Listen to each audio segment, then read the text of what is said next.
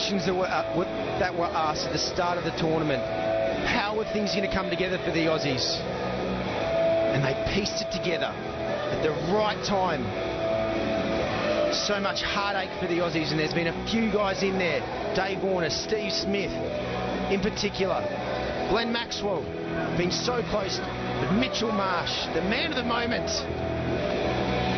How much that means, not just to him, but to everyone around him as well, who knows. He's had to absorb a lot over the last few years. And hasn't he stood up tall? You said you're either on one side or the other with Mitchell Marsh. I bet there's a few more on his side now, back home in Australia tonight. Or early morning, I should say. What have we got? Shane Watson about 4:30, 5 o'clock in the morning. They'll be up. Don't worry about that. They get up for sport, the Aussies. Yes, it's very late there, but the cricket lovers in Australia. And look at that, Justin Langer has known Mitch Marsh since he was a little kid and coached him for such a long period of time. He's been so instrumental in Mitchell Marsh's evolution as a cricketer. And Justin Langer, he's been through the ringer the last 6 months. And in the switch hit from Glenn Maxwell. Just to make the stand that that's my shot. How good.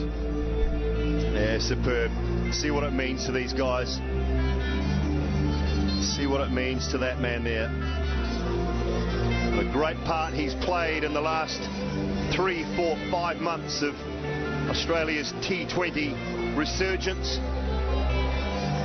They didn't send their best team away. Not to Bangladesh, not to the West Indies. They saved it for this tournament. And they've been repaid. And repaid in spades. Justin Langer, as you said, troubled times, articles written, all sorts of conjecture. But this will feel incredibly good to him as well. That embrace there from the Perth lads. Stoinis and Marsh. Finch and Maxwell.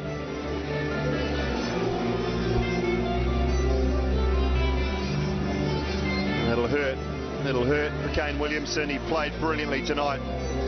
But as I said earlier, they came up against a better side tonight. A well-drilled side. And a side that have come out comfortably on top in the end in a brilliant run chase.